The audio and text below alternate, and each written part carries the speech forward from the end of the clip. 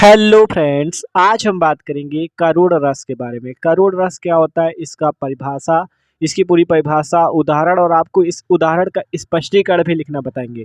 क्योंकि भाई यार, अगर आप उदाहरण लिख दे तो स्पष्टीकरण नहीं लिखते तो आपको नंबर नहीं मिलते एग्जाम में, ठीक है। तो एकदम आसानी से देखेंगे तो यार प्लीज वीडियो को शुरू से लेकर आखिर तक जरूर देखना। तो चलो बात करते हैं करुड़ रस आपका क्या होता है, ठीक है। देखो, नाम से पता चलता है करुड़। करुड़ का मतलब क्या होता है? करुड़ का मतलब होता है शोक, ठीक है। मान लो कोई शोक मना रहा हो या रो रहा हो तो उसे कहते हैं करुड़, तो करुड़ रस, ठीक है।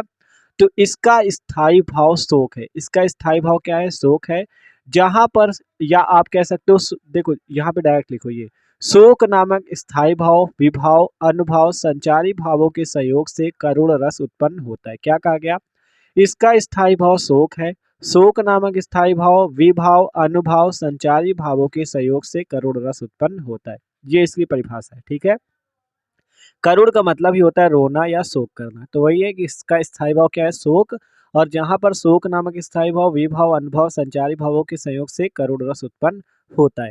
उदाहरण क्या दोगे आप? ठीक है, इसको यहाँ से डायरेक्ट लिखना है, शोक नामक स्थायी भाव। आप देखो उदाहरण क्या हो जाएगा। मणि खोय भुजंग सी जननी, फनसा पटक रही थी शीस, अंधी आज बनाकर मुझको किया न्याय तुमने जगदीश, ठीक है। ये मतलब उदाहरण एकदम आसान है, इसलिए आपको बता रहे हैं, ठीक है। देखो, मणि खोए भुजंग सी जननी, फंसा पटक रही थी शीस, अंधी आज बनाकर मुझको किया न्याय तुमने जगदीश। तो अगर आप इसका मतलब उदाहरण का अर्थ समझ जाते हो तभी तो स्पष्टीकरण लिख पाओगे। तो देखो इस उदाहरण का अर्थ क्या है। इस उदाहरण का अर्थ देखो, कह रहा है मणि खोए भुजंग सी जननी। देखो ये उदाहरण आपको किसकी याद दिलाता है? देखो ये उदाहरण जो उस समय का है। देखो जब राजा दशरथ जी, ठीक है, राजा दशरथ जी मतलब वन पे क्या गए थे? वन पे शिकार करने गए थे। और शिकार करने के समय जो आपने श्रवण कुमार को जानते होंगे आप लोग, ठीक है, जिनके माता पिता अंधे थे। तो श्रवण कुमार जो थे अपनी माता पिता को लेकर वन में थे, और जब वो पानी पीने के लिए गए तो जब पानी पीने लगे तो राजा दशरथ ने सोचा कि ये कोई जानवर है, तो उन्होंने चला दिया तीर, जिससे श्रवण कुमार की मृत्यु हो जाती है, ठीक है। मतलब राजा दशरथ से गलती से श्रवण कुमार की मृत्यु हो जाती है। तो श्रवण कुमार की मृत्यु हो जाने से जो उनके अंधे माता पिता हैं वो खूब रोने लगते हैं, और उनकी जो माता जी वो क्या कहती है? मणि खोए भुजंग सी जननी। जननी का मतलब माता। जो श्रवण कुमार की माता है वो मणि खोए, मणि मतलब उनका पुत्र जो था उनके लिए मणि के समान था, तो मणि उनकी खो गई थी, जिसके कारण जो जननी थी फंसा पटक रही थी शीश, वो जमीन पर सिर पटक पटक कर रो रही थी। ध्यान समझो, मणि खोए भुजंग सी जननी, मतलब जो उनका पुत्र उनका मणि के समान था उसको उन्होंने खो दिया था। भुजंग सी जननी मतलब उनकी माता जी ने क्या किया? फंसा पटक रही थी शीश, मतलब कि वो क्या कर रही थी? अपना शीश पटक पटक कर रो रही थी। और कहा, अंधी आज बनाकर मुझको किया न्याय तुमने जगदीश। और राजा दशरथ से कह रही थी, आज तुमने मेरा पुत्र छीनकर तुमने मेरे ऊपर बहुत बड़ा न्याय किया, ठीक है।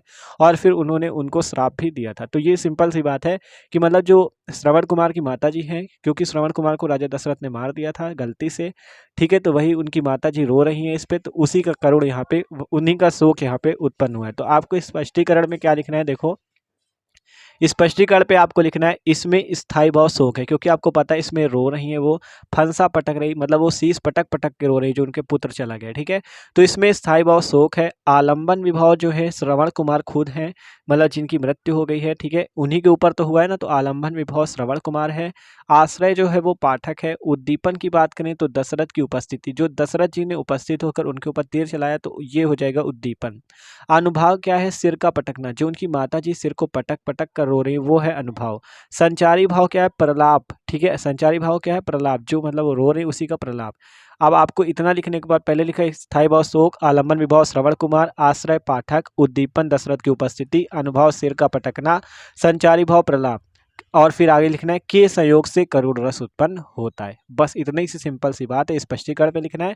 उदाहरण तो समझ ही गए होगे कि मतलब जो श्रवण कुमार को दशरथ जी ने मार दिया था तो उनकी माता जी सिर पटक पटक कर रो रहे हैं, तो यहाँ पे करुण रस उत्पन्न होता है। और उसके बाद आपको यहाँ पे स्पष्टीकरण पे यह दिखा देना है एकदम आसानी से, ठीक है। तो ये हुआ भैया करुण रस। इसका स्थायी भाव शोक होता है। शोक नामक स्थायी भाव, विभाव, अनुभव, संचारी भाव के संयोग से करुण रस उत्पन्न होता है। तो वीडियो अच्छा लगा हो तो लाइक कर देना, चैनल पे नए हो तो सब्सक्राइब जरूर कर देना। Okay, thanks for watching this video.